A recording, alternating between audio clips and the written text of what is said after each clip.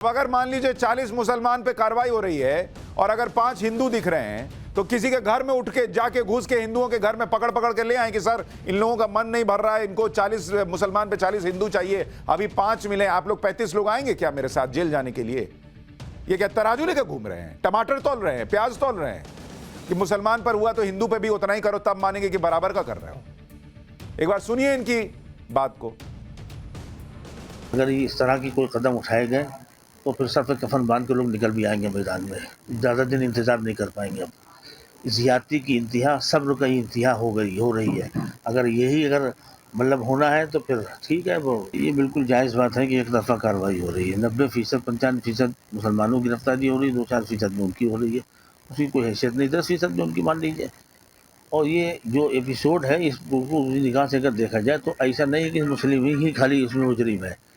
मुसलमान गया था, अब गलती की, जुलूस नहीं निकालना चाहिए, लेके जा रहा था, लेकिन पत्थर तो ऊपर से आए ना। हाँ, पत्थर ऊपर से आए। कानपुर में उस दिन पत्थर की बारिश हो रही थी। अब वो जो ठेले पे पत्थर लेके घूम रहे थे वो कहां से आया था? वो होनोलुलु से आया था। वो पेट्रोल बम कहां से आया था? युगांडा से आया था। इनके सब्र की इंतहा हो गई और जो लोग ये सह रहे हैं उनके सब्र की इंतहा नहीं हुई। जिनकी दुकानें जबरदस्ती बंद करा रहे थे उनके सब्र की इंतहा नहीं हुई। देश का कानून व्यवस्था का तमाशा बनाकर छोड़ रहे हो उसकी इंतहा नहीं हुई। और मान रहे हैं कि मुसलमान जो है उसने गलती की है, लेकिन कह रहे हैं कि भाई हमारे सब्र की इंतहा हो गई, कफन बांध के निकल जाएंगे। क्यों कफन बांध के निकल जाएंगे आप? कौन है आप कफन बांध के निकलने वाले? ये धमकी देने वाले कौन है आप? सच्चाई आपके सामने है। छोटे छोटे बच्चों से इन्होंने पत्थर चलवाए। ये नाबालिग आरोपी है जिसका चेहरा आपको नहीं दिखा रहे। इसने खुद सरेंडर कर दिया। वो जो 40 लोगों की फोटो आई थी उसमें 13वें नंबर का आरोपी था। ये खुद गया है सरेंडर करने के लिए। तब अगर नहीं किया था तो क्यों गया? अगर इसको फंसा रहे हैं तो ये क्यों गया? इस पर आरोप है कि पत्थरबाजी में शामिल था। कल पुलिस ने जो 40 आरोपियों के पोस्टर को जारी किया था उसमें 13वें नंबर पर इसकी फोटो थी। नाबालिग होने की वजह से इसका चेहरा नहीं दिखा रहा हूं, लेकिन आप सोचिए कि छोटे छोटे बच्चों से ये पत्थर फेंकवा रहे हैं और फिर कहते हैं कफन बांध के निकलेंगे। कल को इन्हीं बच्चों के सिर पर कफन बांध देंगे। ये कुद्दूस साहब नहीं निकलेंगे कफन बांधकर, निकलेगा यही बच्चा। और इसीलिए मैं आज वो मुसलमानों पर जो असली अत्याचार कैसा होता है वो दिखाऊंगा इस देश के मुसलमान को, कि आपको समझ में आए कि आपके बच्चों के हाथ में जो पत्थर थमा रहे हैं वो कैसे आपके दिमाग में जहर और गलत बातें भर रहे हैं। अत्याचार किसको कहते हैं आज मैं आपको दिखाऊंगा। कानपुर हिंसा के बाद नैरेटिव बनाने की कोशिश है कि एक्शन सिर्फ मुसलमानों पर लिया जा रहा है और हर बार यही होता है कि एक्शन मुसलमानों पर हो रहा है। अभी जब उत्तर प्रदेश के अंदर लाउड स्पीकर हटे थे, मंदिरों से नहीं हटे कि नहीं हटे? तब तो आपने नहीं कहा कि हिंदुओं के मंदिर से भी हटा रहे हो। उनका हटा दिया तो कलेजे में ठंडक आई। मतलब हर चीज बराबरी पे करोगे तभी ठंडक, नहीं तो हम पे अत्याचार हो रहा है, ये हिसाब चलेगा। अभी अयोध्या में 7 हिंदू पकड़े थे, नफरत फैला रहे थे, एनएसए लग गया। तब तो नहीं कहा कि हिंदुओं पर अत्याचार हो रहा है। और इसका आंकड़ा आपको दिखाता हूं कि हिंदुओं पर और मुसलमानों पर कितना अत्याचार हो रहा है, नहीं हो रहा है, कितना भेदभाव उत्तर प्रदेश के अंदर हो रहा है। ये आपको उत्तर प्रदेश के आंकड़े दिखा रहा हूं। नैरेटिव यही है ना कि योगी मोदी का जो मॉडल है उसमें मुसलमान टारगेट होता है। 2017 से 2020 ये 3 साल में यूपी में 124 अपराधियों का एनकाउंटर हुआ। 124 अपराधी इनका एनकाउंटर हुआ और इस 124 में से जिनके एनकाउंटर हुए उसमें 45 मुस्लिम थे। तो हिंदू कितने होंगे फिर? 79 हिंदू थे। तो अब बताइए, इसमें तो आपने नहीं बोला कि ये कम मुसलमान क्यों मार दिए, ज्यादा मारो, बराबर करो, हिंदुओं के बराबर करो। तब तो आपका कलेजा नहीं फटा, तब तो आपने नहीं कहा। ये 45 मुसलमान आपको दिख जाएंगे कि इनका एनकाउंटर हुआ, ये 79 हिंदू आपको नहीं दिख रहे हैं। और इतने शर्म की बात है कि क्रिमिनल के धर्म को बताना पड़ रहा है सिर्फ इसलिए कि कुछ लोगों के कलेजे को ठंडक मिले और उनका नैरेटिव काटने के लिए आपको बताना पड़ रहा है कि सच ये है कि 45 मुसलमान और 79 हिंदू इनका एनकाउंटर हुआ है। कायदे से बताना चाहिए था 124 अपराधी का एनकाउंटर हुआ, लेकिन इस देश में तमाशा बना के छोड़ दिया। हर चीज में मुसलमान मुसलमान मुसलमान इतना भर दिया कि तराजू निकाल कर दिखाना पड़ रहा है, देखो किधर पलड़ा झुका हुआ है।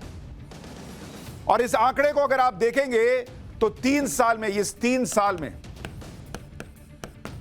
जितने मुसलमानों का इनकाउंटर हुआ, यह आंकड़ा बैठता है 37%। 37% मुसलमानों का इनकाउंटर हुआ और हिंदुओं का इनकाउंटर कितना हुआ? 63%। अच्छा, ऐसा भी नहीं है कि कानपुर में जिस संभावित बुलडोजर एक्शन पर सबको परेशानी है, वो बुलडोजर पहली बार यूपी में चल रहा हो। यूपी में माफियाओं के 1800 करोड़ रुपए की अवैध संपत्ति या तो जब्त की गई या उस पर बुलडोजर चला। तो जब माफियाओं के ऊपर बुलडोजर चल रहा है तब तो आपको दिक्कत नहीं है, लेकिन पत्थर चलाने वाले पर कार्रवाई हो रही है कि उसके घर पर पत्थर कैसे मिल गया, कैसे रखा गया, क्रिमिनल है वो, तब आपको दिक्कत होती है क्योंकि आपको उसका धर्म दिखता है। 43,294 आरोपियों को गिरफ्तार किया गया है। 13,801 अपराधियों पर गैंगस्टर एक्ट लगा है। 630 अपराधियों पर राष्ट्रीय सुरक्षा कानून लगा है। इसमें हिंदू भी है, मुसलमान भी है, लेकिन एक ही नैरेटिव चलता रहता है कि भैया सिर्फ मुसलमान टारगेट हो रहा है।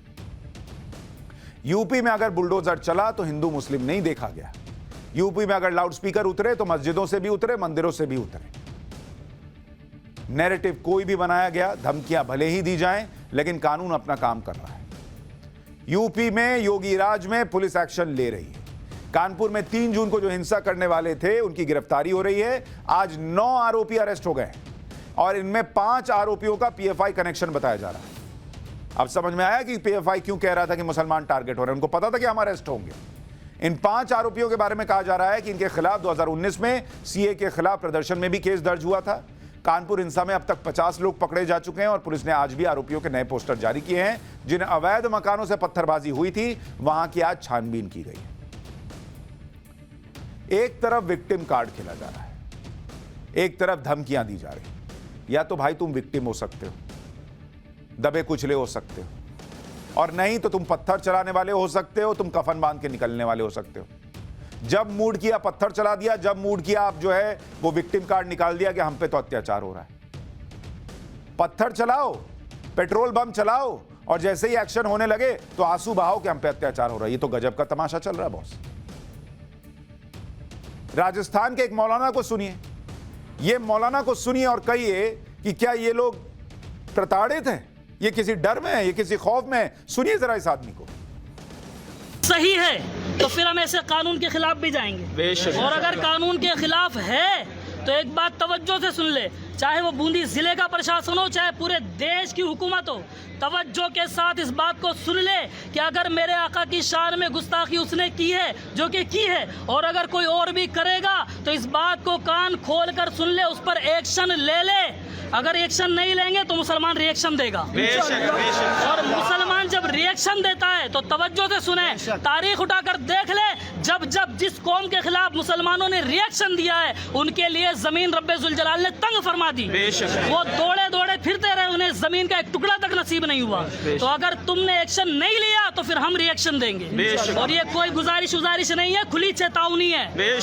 पूरी दुनिया का मुसलमान उठेगा, हिंदुस्तान का मुसलमान उठेगा, बूंदी शहर का मुसलमान उठेगा और अपने आका की नामूस के जो शान में गुस्ताखी की है उसका बदला हम लेना जानते हैं। तुम मुझे गाली दो बर्दाश्त है, तुम मेरे वालिदैन को गाली दो बर्दाश्त है, तुम मेरे खानदानों को बुरा कहो बर्दाश्त है, लेकिन मेरे नबी की शान में अगर एक लफ्ज भी बोला तो याद रख लो जबान काट ली जाएगी। हाथ उठाओगे हाथ काट लिया जाएगा, उंगली उठाओगे उंगली काट ली जाएगी, अगर निगाहें भी उठी ना तो निकाल कर बाहर फेंक देंगे। फिर उसके बाद तुम चाहो तो हमें जेल में डालना, तुम चाहो तो लाठियां बरसाना, हम बर्दाश्त करेंगे, लेकिन नबी की शान में गुस्ताखी बर्दाश्त न करेंगे।